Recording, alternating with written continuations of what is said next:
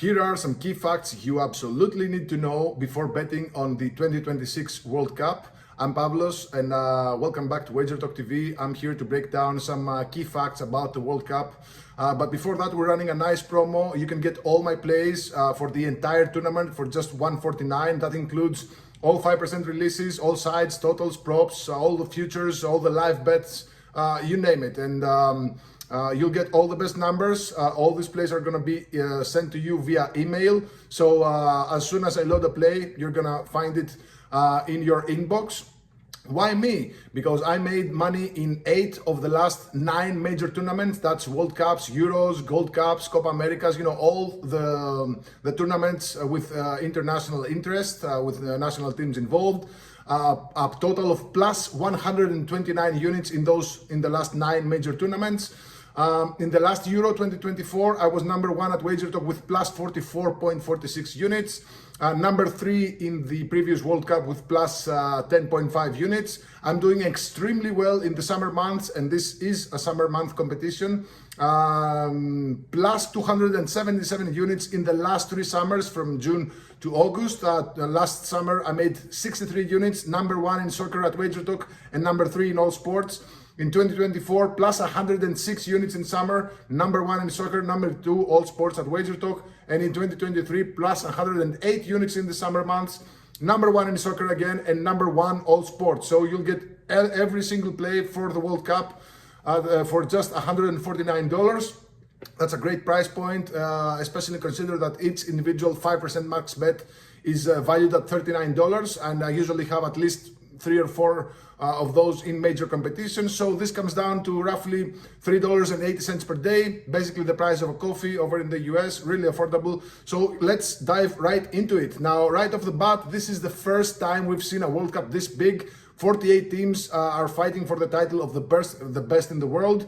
Up until the previous edition, it was just 32 teams divided into groups of 4, and the 2 top teams from each group advanced to the knockouts, starting off with a round of 16. Now, teams that finished in the 3rd and 4th place of each group, they went home, and this changes in this new expanded World Cup. Before mentioning the changes and how they're gonna affect our betting strategies, I wanted to remind something that didn't change, and that's the tiebreaker rules, which are extremely important. So the first tiebreaker is goal difference, and the second tiebreaker is goals scored. So what changed? The key aspect is now that 8 of the 12 teams that will finish 3rd in their groups will also qualify to the knockout round of 32 now. And that creates a lot more competitiveness in the final match of the group stage. And let me explain why. You see, in the previous editions of the World Cup, only the 2 best teams of each group moved on to the knockout round, which created some awkward situations where essentially teams that had lost their first 2 matches and were playing against each other in match day 3 had absolutely nothing to play for in terms of points. Yes, maybe for pride and for FIFA rankings, but not for qualifying. Well, this now is fixed because a team with 0 points in match day 3 can still qualify if they manage to win their last game and become one of the best 3rd place teams. This essentially means that we'll see less indifferent matches in match day 3, and it could potentially cause a lot of upsets, and I do expect a lot of upsets in this tournament. For example, in the previous World Cup in 2022 in Qatar, we saw teams like Brazil, France, Portugal. These are powerhouses of world soccer. All these teams, they won their first 2 matches, which means that they had already qualified to the knockouts regardless of what happened in match day 3. So they rotated. So there's a couple of reasons why these teams rotate in match day 3 after they had won their first 2 matches. The first reason is to keep players fresh and not risk any injuries. And the second reason is to avoid getting carded and suspended. You want to know the result? They all 3 lost in match day 3 to teams like South Korea, Tunisia, and Cameroon, which are not exactly powerhouses. So in the new expanded World Cup, teams get an extra chance to get qualified from the group stage, which means that bad teams get extra chances to qualify, and good teams that have done poorly also get a few extra chances. So there's matchups in the knockout rounds, for example, and how they're made. The example here is if Cristiano Ronaldo's Portugal win their group and Lionel Messi's Argentina also win their group, there's a very good chance these two meet against each other in the quarterfinals, which, by the way, would be an epic showdown, an epic storyline to see Cristiano Ronaldo versus Lionel Messi one last time before they both retire. So maybe, just maybe, one of these two will try to make it so that they don't finish at the top of their group. So you have to understand that sometimes good teams, they have the luxury to choose opponents, in the next round, in the sense that they will not go 100% to win their last group stage game, but either lose or draw, sort of intentionally, so as to not fall, on top of a big favorite in the next round. That being said, match day 3 is going to be a very interesting match day. It can potentially create a lot of upsets. And what I like to do, and this is for all access clients only, that's why you need to buy any kind of all access pass. So what I like to do is this. Take Argentina, for example, the reigning champions of the world, right? In match day 1, they play against Algeria. Let's say they win. In match day 2, they play against Austria. Let's say they win again. They're now on 6 points and already qualified. On match day 3, they play against Jordan. So they rotate in order to keep their starters fresh, also to avoid injuries, and also, to give some of the bench players more playing time. And keep in mind that this is a team that's stacked. Of course, their reserve squad is really good. So,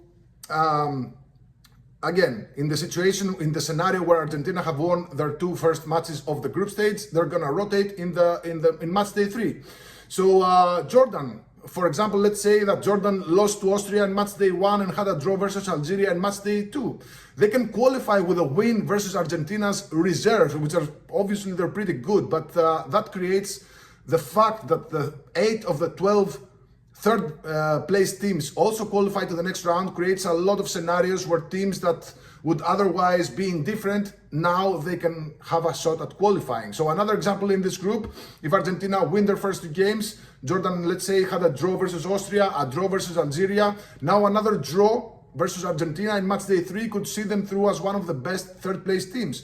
So what I like to do is, I'm watching, for example, in this example, I'm watching Argentina's second game live, right? And as soon as they win, which would mean qualification, I immediately go to bet on Jordan on whatever spread they have for match day 3 versus Argentina. This is critical because A, all access clients, they get notified immediately and get the best number, the best odds, and the best line. And B, because this line will move 100%, I can guarantee you, the longer you wait, because people will take a few minutes, maybe days or hours to realize that Argentina don't have to win their last game. So that's why I'm offering this promo, so you can all become all access clients and never miss a single play or the value that comes with it. Now, another reason, FIFA has made a lot of changes in this competition, and one of them, actually a lot of them, are card-based, in the sense that, and I know this might not resonate with a lot of you because you don't have access or don't like to bet on cards, but for those of you that do like to bet cards, and keep in mind that card bets have been one of the most successful for me in these competitions, a great deal of units has been made on specific players to get carded. So let me just explain what changed in this new expanded World Cup. Now, I'm not sure I personally like a lot of those decisions, but from a betting perspective, it creates opportunities, and opportunities that can be exploited. Now, one of the key rules regards cards or bookings, and the new rule says that cards will now also be wiped at the end of the group stage, along with the traditional wipe at the quarterfinals. Now, let me explain. In the World Cup, getting 2 yellow cards or a red card equals 1 game suspension. Red cards are a bit different depending on the severity of the red card, and could result in a lengthier suspension. But 2 yellow cards means you miss your next game. So we've seen players that got carded in match day 1 and their team won. Those players get intentionally carded in match day 2 as well. So if their team was winning, which meant qualification, they get an intentional yellow card in the second match day, so as to serve their ban in match day 3, because again, their team has already qualified, in order to have a clean slate in the knockouts. However, Again, up until the previous edition of the World Cup, cards were wiped after the quarterfinals, which meant that if a player had a yellow card in the group stage, then in the round of 16, he was being a bit more careful, right? So now that FIFA added an extra round of card wipes at the end of the group stage, I mean, the official reason is to avoid having players suspended for key matches. But that was the whole point altogether. I mean, you had to be careful. So now that means that players have an extra out, an extra opportunity to not be suspended for the knockouts. And I think we'll see players be more aggressive now, especially in match day 3, as cards are wiped right after that. So keep that in mind. This doesn't tie to a specific play that I have.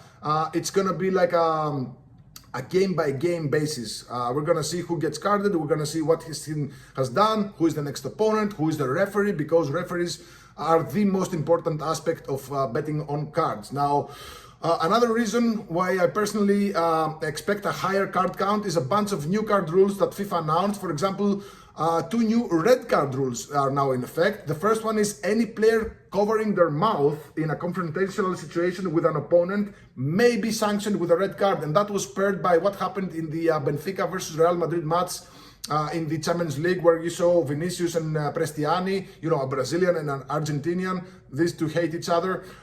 They were, you know, going back and forth.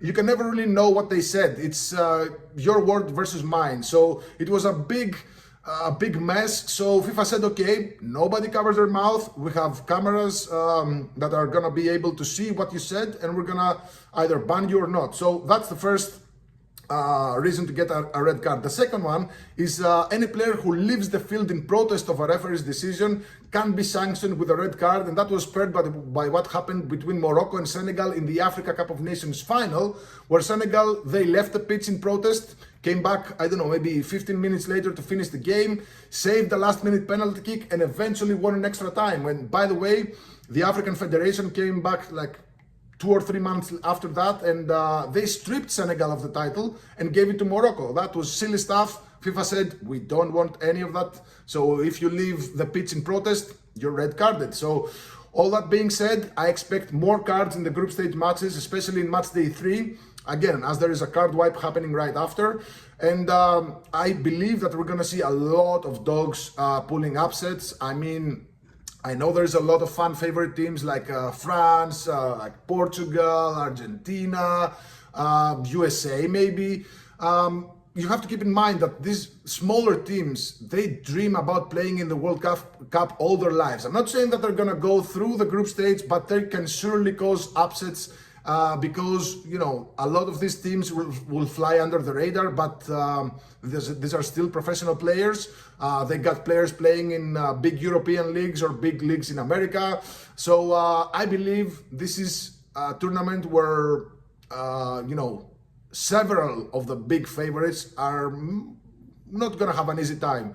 So yeah, you also have to understand that, you know, a player, for example, who plays for France and gets like 10 million a year, doesn't have the same drive, doesn't have the same fire burning him as a guy who plays for Uzbekistan or who plays for Panama or who plays for those smaller teams. You know, these players, they feed their entire villages. They want to get recognized. They want to be found. They want to get a bigger contract. They want to get a transfer to a bigger side. So that's why I think these are some of the reasons why I think underdogs will bite in this World Cup. I'm not saying that all the big favorites are gonna lose or gonna be eliminated, but we're gonna see a lot of interesting scenarios where the world is suddenly gonna learn that, oh, Jordan can bowl, or I don't know, Uzbekistan have a couple of great players or whatever. We're gonna have a couple of more videos. This is actually the first of many videos that I'm gonna do about the World Cup. I'm gonna dissect every group. I'm gonna give you guys like best bets for team goal scorers, to win the golden boot, teams to advance, teams to not advance, because we got some teams there who are traditionally, you know, coming into competitions like a big favorite, like a maybe top 10, judging just by the odds, to win the World Cup, and then they get grouped. So for example, in the previous World Cup, that Argentina won. You remember what happened in match day 1? They lost to Saudi Arabia. But they went on to win the cup. So again, we'll dissect every group stage in some videos that I'm gonna do. By the time you see this video, I'm gonna have already loaded at my page at wt.buzz/pl a couple of futures that I love. They're still hovering at pretty big prices. I have a plus 1800, I have a plus 400 that is, I think it hit like in the last 2 competitions in a row. I'm not gonna give too much away here. Of course, I'm gonna have them as free plays up at the page. So yeah, head over to my page, wt.buzz/pl. Before I'm gonna do like a rundown of the promo once again. Make sure to like and subscribe to our channel if you haven't already. I'm gonna be pushing more World Cup content as we get closer to the competition, which is I think in June 15th the competition starts. I'm very excited about this competition, guys. I mean, this is where I make my bread. Again, profitable in 8 of the last 9 major competitions. Again, World Cups, Euros, Copa Americas, Gold Cups, Africa Cup of Nations, all that stuff. The only one actually that I did wasn't profitable is the World Cup, the Africa Cup of Nations that was taking place in January.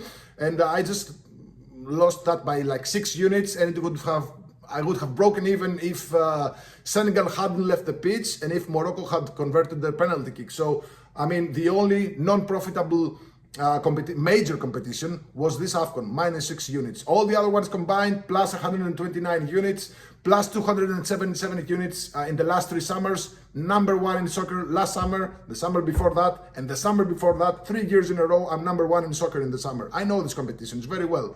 And of course, number 3 all sports, number 2 all sports, and number 1 all sports in the last 3 summers. Guys, I know these competitions very well. I've been watching football for 30 years, or soccer for 30 years. I've been betting for 20, professionally for the last like 7 or 8 years. I know what I'm doing, and results speak for themselves. So head over to my page at wt.buzz/pl. We're running a nice promo. You can get the entire World Cup for just $149. Comes down to $3.80 per day. Basically the price of a coffee or a gallon of milk, or I don't know, a dozen eggs, really affordable, or a gallon of gas. I don't know how. Yeah. So yeah, head over to my page. You'll find all about it, and I make sure to have a free play. It's a future loaded, so you can just have just a small taste of my work. So good luck and God bless.